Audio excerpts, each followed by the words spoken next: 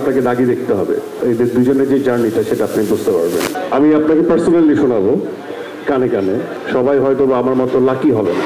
এটার মানে তো আপনি বললেন, এটার মানে কি স্পেশাল একটা আল্লাহর নাম থাকলে অনেকে অনেক হয়তো বা লাক ফিল করে।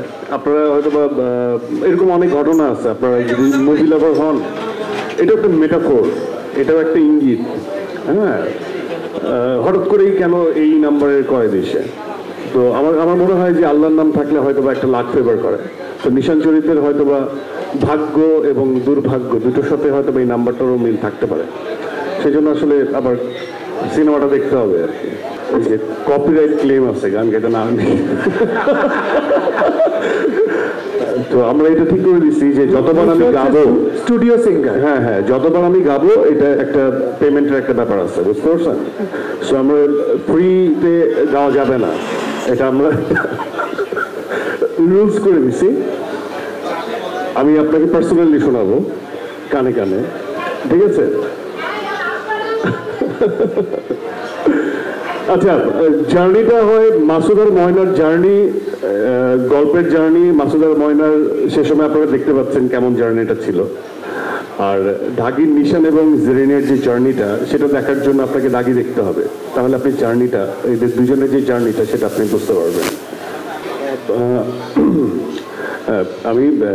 আমি কখনোই প্রাচ্যনাট্যে যাই নাই, আমি জানি না আপনাকে থেকে এই ইনফরমেশনটা পাইছেন।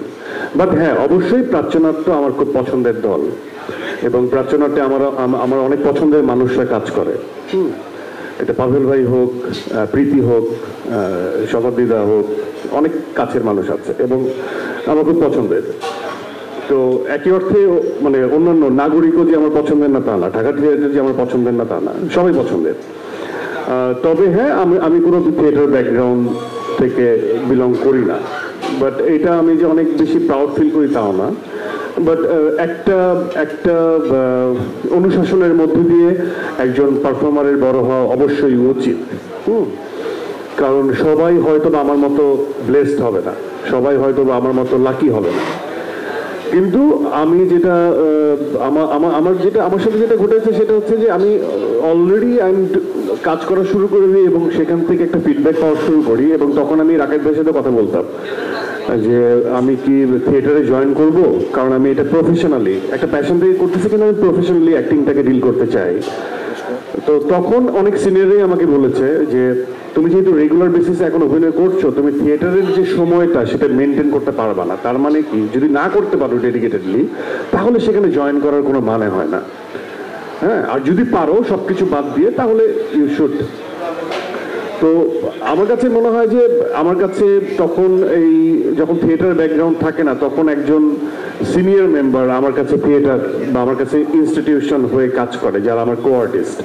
সো আমি অনেক সিনিয়র যাদের সাথে কাজ করছি, তারা কিভাবে কাউন্টার দেয়, কিভাবে এক্সপ্রেশন দেয়, অ্যান্ড ওই প্রতিদিন কথা বলতাম। সো ওইটাই তখন আমার কাছে থিয়েটার, একজন কো আর্টিস্ট আমার কাছে তখন থিয়েটার ছিল। এবং আস্তে আস্তে এখনো কিছু হয় না, বাট লোকমুখে বুঝি যে কিছু একটা হচ্ছে। হ্যাঁ, তখন বুঝতে পারি যে না, কিছু একটা হচ্ছে হয়তোবা। কিন্তু আমি বলবো যে এটা কোনো শেষ নাই। বাট যারা অভিনয়ে আসতে চায়, আমার মনে হয় যে এভাবে থিয়েটার ব্যাকগ্রাউন্ড থাকাটা অবশ্যই খুব দরকারি।